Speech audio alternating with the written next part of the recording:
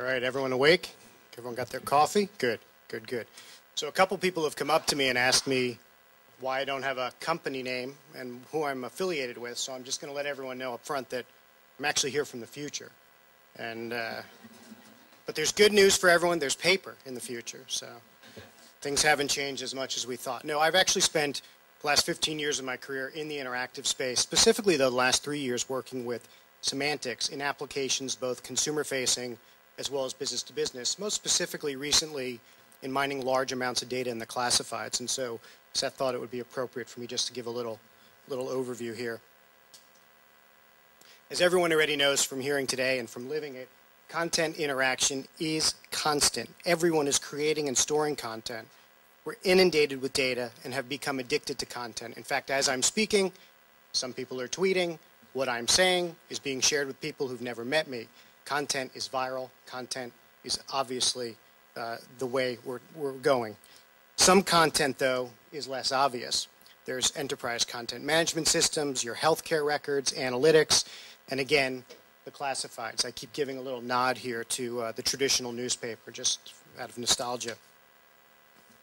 And everything, obviously, is being delivered in new ways. Whether it's your mobile phone, mine is my alarm clock, mine is my reading device, mine is my calendar and my reminder system. I pretty much live my life by it. I entertain my children with it. So obviously the content that we keep is largely mobile, iPad application in this case, GPS, and again in the future hopefully other things will be mobile as well, such as robots delivering our newspaper, which is left over from the past. But the real question I think today, and maybe it's a little blasphemy at a content conference, is content really king?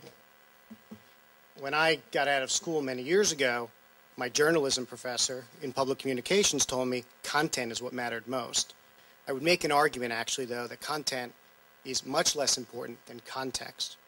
Having lots of content, although helpful to generate context, is really not the driving factor as we go forward. The new challenge is making sense of it all. It's deriving true value from it and delivering it to the end user, be it a researcher, a general web user, law enforcement or military working in the field. The context drives good decisions, and Semantics provides a piece of the solution. And without context, the road can be very long. For those of you who've worked in companies using semantic technologies or have built an ontology, some of these buzzwords we've heard today, you know that you've probably chuckled over words such as Madonna. Madonna is not so easy to figure out. In this case, both of them are icons. Both of them will have historical, obviously, memories for all of us, depending on, obviously, where you're from. And in addition to that, both of them are associated with virginity, one having written, obviously, a song related to it, and the other having been known for it historically. But I'm not going to go there. But the truth in this is that there is a very difficult task in actually trying to figure out and disambiguate between these two without context. Knowing that I'm looking for the poster of Madonna the singer is much easier when I'm contrasting it with looking for the poster of Madonna the religious figure. As Seth mentioned, so where does that lead us in terms of uses and benefits? I have the good fortune, especially in the last couple months, of traveling and seeing a lot of different applications, both in government as well as in the private sector, that are using semantic analysis, semantic data, and different technology tools that are going to be spotlighted in the Spotlight Talks in a little while. And clearly the focus is on delivery and the analysis of the content to make more informed decisions. Trending topics on Twitter are interesting, but the truth is the relationships they provide is what actually generates smarter content.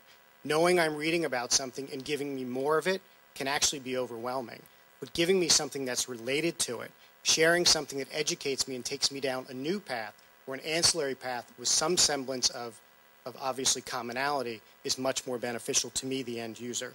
Search engines will provide more accurate results in less time. I can promise everyone in the room it's not by coincidence that Google recently elongated their search box. They know. We want you to tell us more. Give me a longer query. The more you tell me, the more I learn. And in addition to that, Bing, obviously, in their move toward getting additional faceted type search features such that you can actually drill down and give them more understanding of the context of what you're looking for. And data relationships are already yielding results in obviously looking for cures for researchers. Most recently, I was privy to a conversation about two researchers who were working in two completely different labs across the world, solving two completely different problems, who wound up solving the problem for the other. Not that uncommon in medical research that the feedback from your research actually becomes more beneficial than anything. There are no easy answers in the semantic web. The bottom line is, it's typically a group of cobbled together technologies that people make work for the purpose of their use case or end solution. To make that clear, as my daughter likes to say to me, it's very difficult to understand things when you're speaking one language and I may be speaking the other. And so if a nurse looks at you and says that Ralph went to the nurse, that boy is sick, we know that Ralph has a cold. But if Ralph did an awesome skate trick and a fourth grader says to me, man, that boy is sick, I now know that Ralph can do an ollie better than anyone else in the fourth grade. It's important to understand the context and the meaning. And the applications that will be spotlighted this afternoon will talk about the analysis, the tools, and the opportunities to make that come to life. But again, as someone who's lived it, both from the research, the product side, as well as recently the CEO of a small semantic company, I can promise you it is a much more difficult task. And a lot of the tools that you've learned about today, a lot of the lightning talk specifically, I've worked with Expert Systems, for example, Cogito.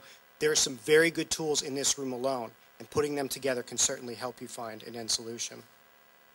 As I often say to people, and I will leave this with you as well, there are 5 checkpoints for understanding whether or not you're truly getting smarter content and doing good analysis in terms of semantic analysis of your content. And those are you recognizing what's in your content? Are you able to extract what's in your content? Can you derive context from it? And further, can you then derive meaning after you have figured out what categorization it fits under?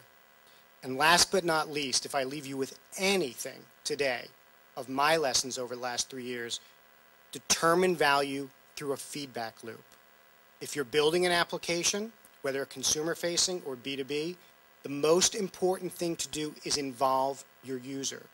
Your query logs, your ability to drill down, all lends itself to understanding what someone is looking for, how it can relate to what you're trying to provide to them. From marketers all the way through to search engines, this is the key, the feedback loop. With that said, we're going